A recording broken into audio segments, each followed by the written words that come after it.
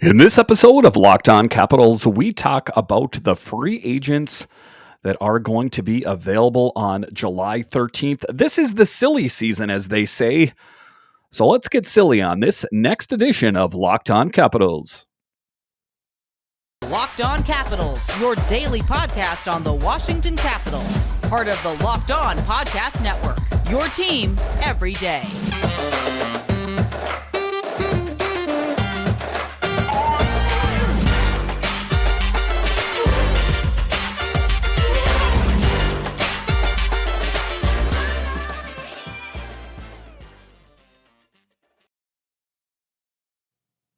Well, hello and welcome into this edition of Locked On Capitals. I'm so glad you decided to join me today.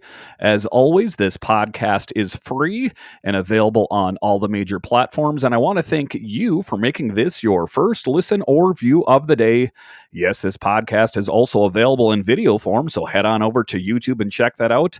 My name is Dan Holney. You can find me on Twitter. It's at DanCaps218. You can find the show on Twitter. It's at Locked On Caps. So in this edition, that's what we're talking about. This is what they call the silly season, where there are all these free agents out there, and there's just, all these names are attached to different teams. Where are they all going to go? As we know, the free agent deadline is July 13th. And now that the Stanley Cup is over and we know who the winner is, it's time to move on to the next phase, which is to decide where all of these free agents going to land. And what we're going to concentrate on in this episode is which one of these players would be a good fit for the Washington Capitals. This was a story in the Bleacher Report. With the 2022 Stanley Cup final underway, fans and pundits will soon turn their attention towards the NHL's offseason business. That will include the start of the annual free agent period beginning at noon Eastern Time on Wednesday, July 13th. Contract negotiations should intensify among the summer's noteworthy restricted free agents and their current clubs. Some of them could end up signing contract extensions following the examples of San Jose Sharks center Thomas Hertl, Dallas forward Joe Pavelski, and Pittsburgh Penguins winger Brian Rust. Most, however, will likely test the market on July 13th. And if you guys can think back, the Washington Capitals have generally been pretty busy around this time. If you remember back, time flies, about 4 or 5 years ago, that the Washington Capitals picked up Matt Niskanen and Brooks Orpik. And, like I say, it is advantageous for teams, in this case, the Washington Capitals, to pick up these players before then, because you're going to pay top dollar if you end up waiting until the final moment. So if the Washington Capitals could zero in on some free agents that they want to get on the team to help shore up some loose ends, that would be in their best interest. Most notably, we know that Nick Backstrom will most likely not be on the team for the entire season. So to get someone to be that big name center to fill the role of a Nick Backstrom would be huge, because if you take a look at it, we don't know if he's going to come back this year, or if you listen to the doctors, we don't know if he's going to be coming back, period.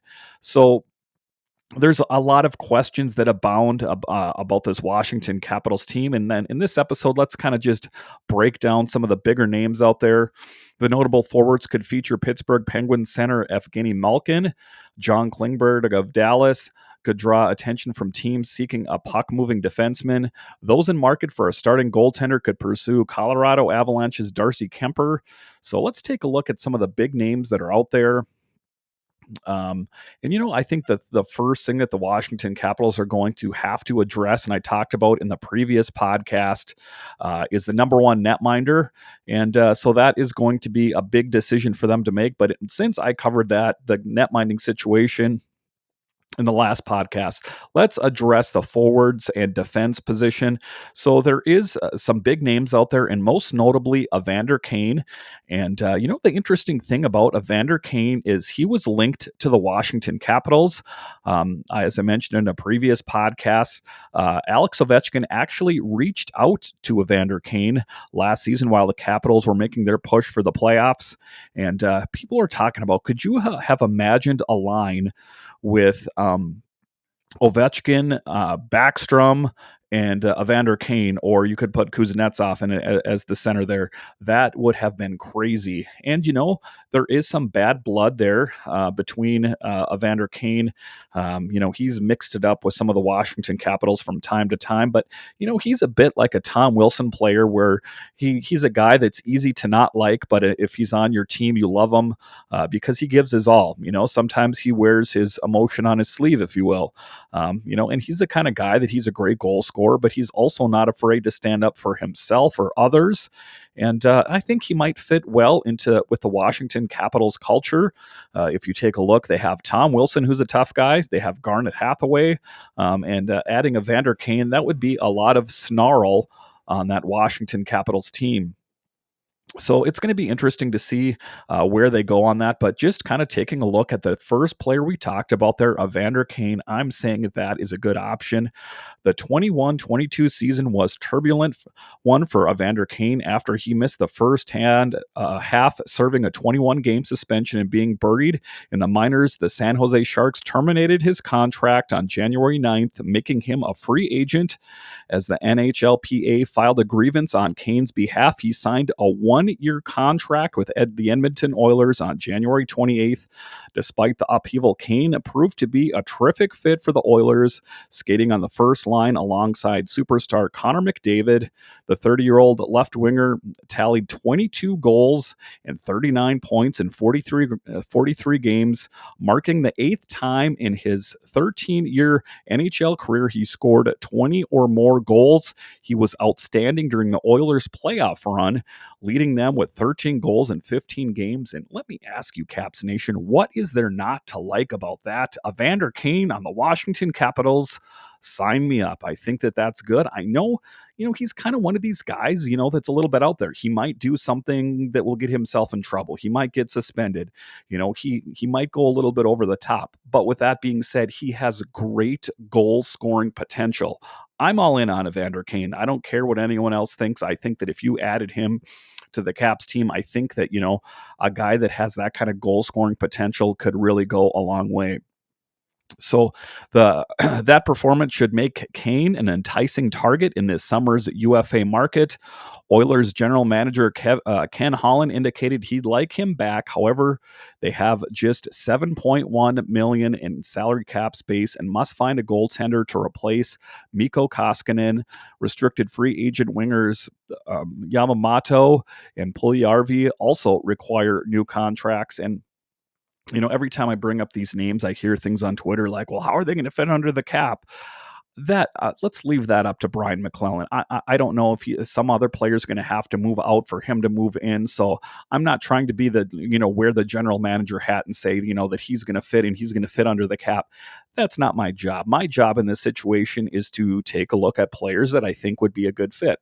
So if you move in someone like an Evander Kane, then you might have to move out some pieces. But there are some expendable pieces on the Washington Capitals team if you can get a player of Evander Kane's ilk and his quality. Kane's contract termination grievance adds another layer of uncertainty. NHL Deputy Commissioner Bill Daley said an arbitrator wouldn't be available to hear the case until the July 13 start date of free agency or possibly afterward. If so, Kane could be in limbo until the grievance is heard unless he and the Sharks reach an agreement on a settlement. So that's what I'm saying here. You got to take the good and the bad. Some of these players are squeaky clean, like a Nick Backstrom, who just doesn't really say anything and just quietly goes about his business. And then there's some guys in the NHL that are a little rough around the edges. That's fine too. So you're going to take the good and the bad. We've seen that with Tom Wilson. Tom Wilson's a guy that plays on the edges well. He's a 20-plus goal scorer, brings a big physical game, but guess what? Sometimes he plays a little bit over the top. Sometimes he's a little bit too physical. It happens. You can't have a bunch of robots playing out there that are just like, I am going to go on my mission. It's human nature to get, be a little bit over the top at sometimes. And some players are more apt to be doing that than others. So, like I say, I think Evander Kane would make an excellent addition to this Washington Capitals team. All right. So after the break here, we are going to continue to talk about players that I think would be a good fit on this team. There are changes that are going to need to be made. We all know that. Let's talk about those players. But first, BetOnline.net is the number one source for all your betting needs and sports info. Find all of the latest sports developments, league reviews, and news, including this year's NHL playoffs and Major League Baseball.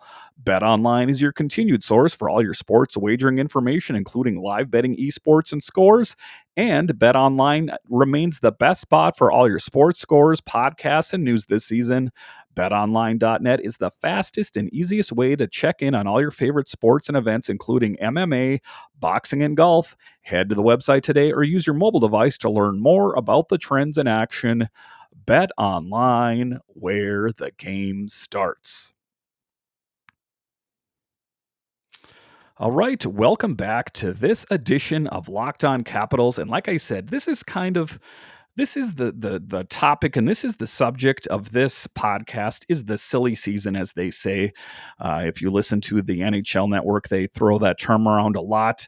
I'm a big fan of a lot of the different shows on that network. And, sometimes, it is the silly season if you think about it, to think that, these huge players that are going to, move from one team to another, but one can dream. And it's kind of fun to talk about this kind of stuff because let's face it, once the season starts, we're going to be locked into talking about the game and what's going to happen in the next game. And you kind of get just kind of locked in that moment. So, it is kind of a silly and fun season to talk about. So the next player I want to talk about here is Claude Giroux for the Florida Panthers. And I think that he is another player that could be a pretty good fit on this team. The Florida Panthers acquired forward Claude Giroux from the Philadelphia Flyers before March trade deadline. The versatile 34-year-old became a terrific fit with his new club, netting 23 points in 18 regular season games, as well as 8 points in 10 playoff games. Approaching the end of his 8-year deal worth $8.3 million per season, Giroux proved that he had still something left in the tank. He won't get another expensive long-term deal at this stage of his career, but could get a 2 or 3 year contract worth around $6 million annually. And like I said, I am not the GM in this case. I don't know how they're going to fit him under the cap. That's not for me to decide. I'm just talking about what players I think would be good fits on this team. They might need to move some people around. That may be the case.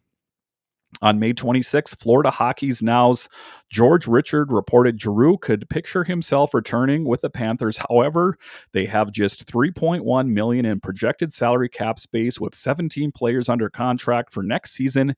General manager Bill Zito will have to shed quite a bit of salary to make room for Giroux and whoever else he'd like to re-sign or replace. Giroux makes his offseason home in Ottawa.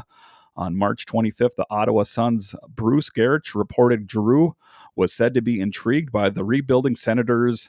On June 8th, Athletics' Pierre LeBrun suggested the chance to win a Stanley Cup could factor in where he signs this summer.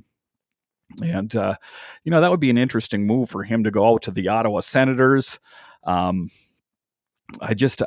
mean, that is a team in rebuild. I think that is a fair statement to make, but how many years away is that team from contention? That's the big question.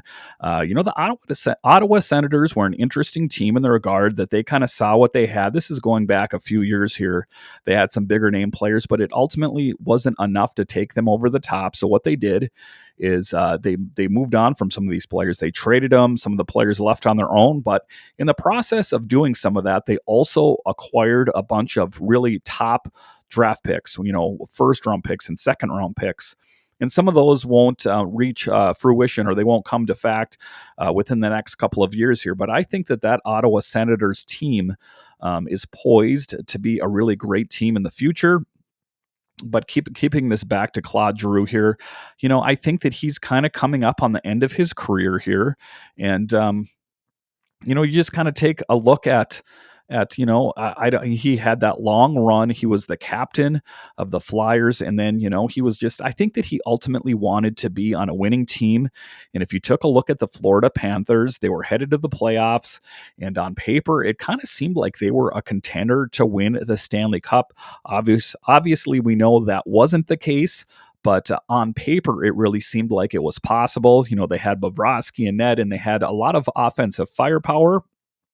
But ultimately, I think they were outcoached and outdueled, and the Florida Panthers made a quick exit as well.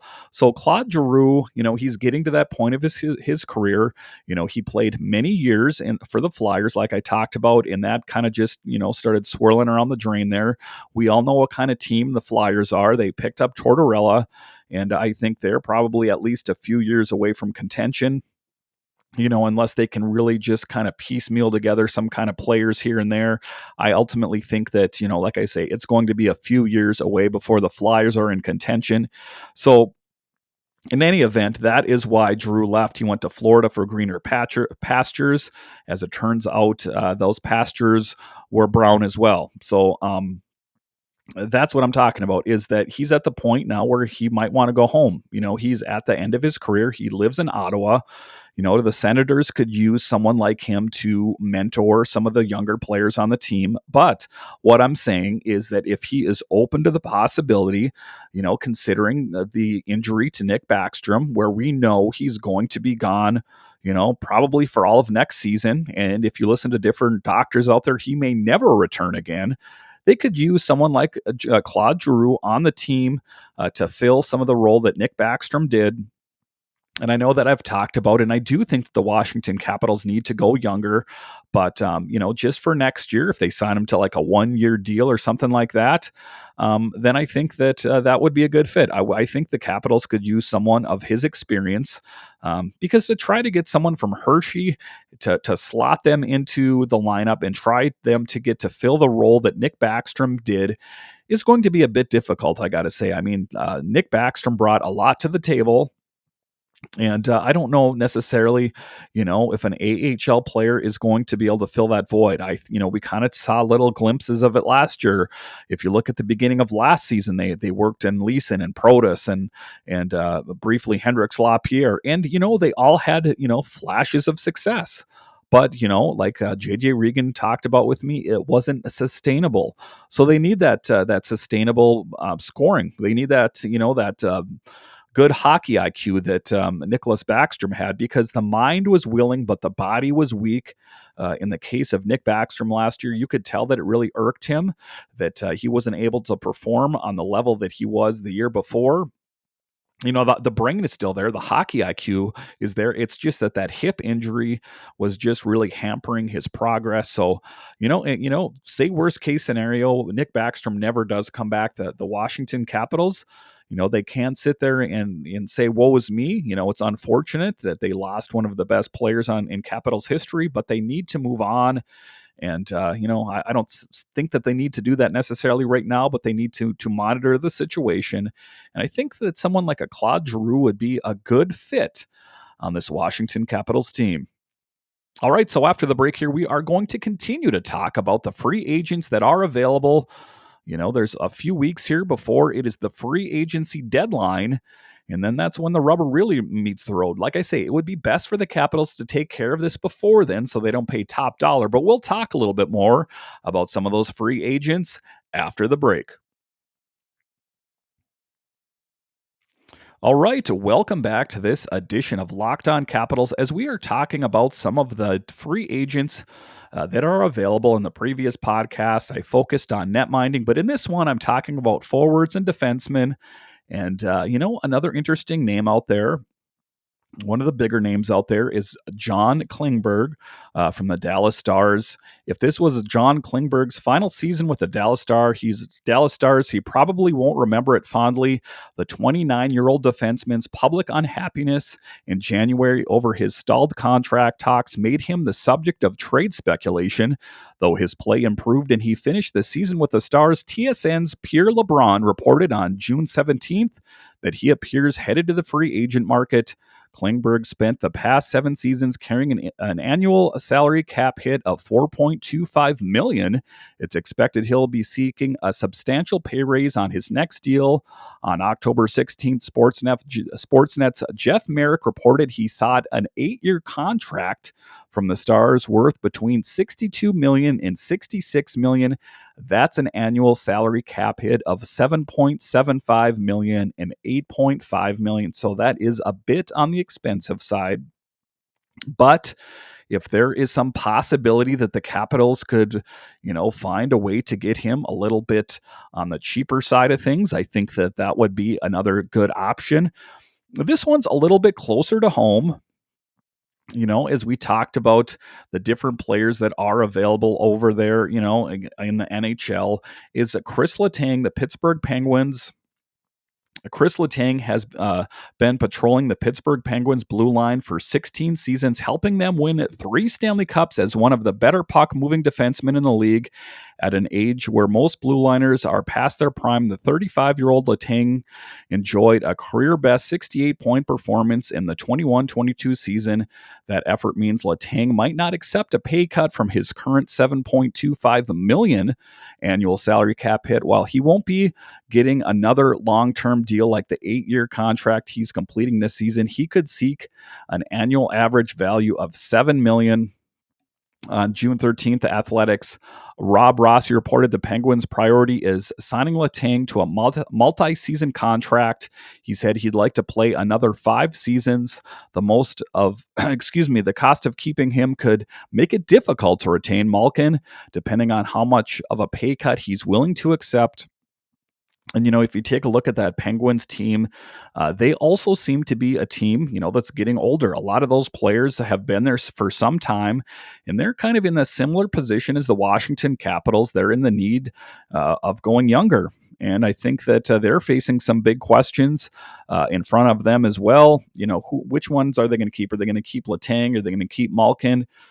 It's difficult to keep a lot of these players that have been around a long time because they want the king's ransom. They want to get paid the most money and they want term with that deal. But, if you look at teams, I know that that's what the player wants, but they're kind of not looking at the facts. They're not looking at the facts that they are not the player that they once were, that they are getting older. And to have that kind of money tied up for a lengthy period of time is not always in a team's best interest. So, you might see a lot of moving parts around. Is it possible that a Pittsburgh Penguin player could be coming to the Washington Capitals? I know they are bitter rivals, but I think if they could get the right one, like a Chris Letang, or we'll talk about in an upcoming podcast another player I have in mind, but I think that, it worked for Orpik coming to the Washington Capitals. I think that he played well for the Capitals. So, taking a look at the next guy on the list here, and this is going to be a familiar name to you, is Phillip Forsberg. Yes, I know Phillip Forsberg. I had a whole podcast devoted to nothing but Phillip Forsberg. Well, I'm not going to talk about the bad trade deal. I'm going to talk about righting the wrong here, and I'm going to talk about bringing Phillip Forsberg back to the district. This is the number one. This is the one that you want to bookmark that I'm talking about. Bringing him back, I think that would erase away any mistakes that may have been made in the past.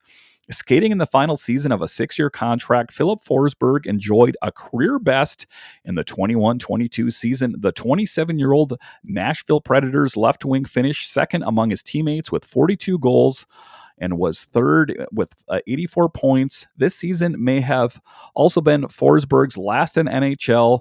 TSN's Chris Johnson reported on June 17th that there hasn't been much progress in contract negotiations since March, but both sides dug in on their respective positions. So they think that might be his last season in Nashville.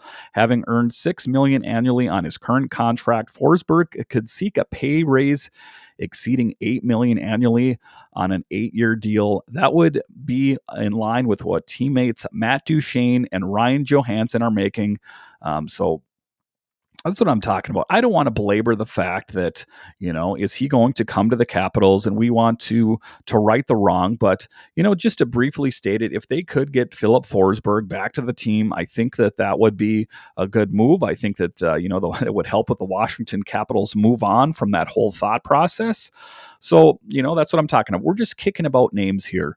Phillip Forsberg is a free agent. The Washington Capitals are in need of players similar to him. Would he be a good fit? Time will only tell. So, once again, thank you for joining me on this special edition of Locked On Capitals, the silly season edition, I guess we could call it.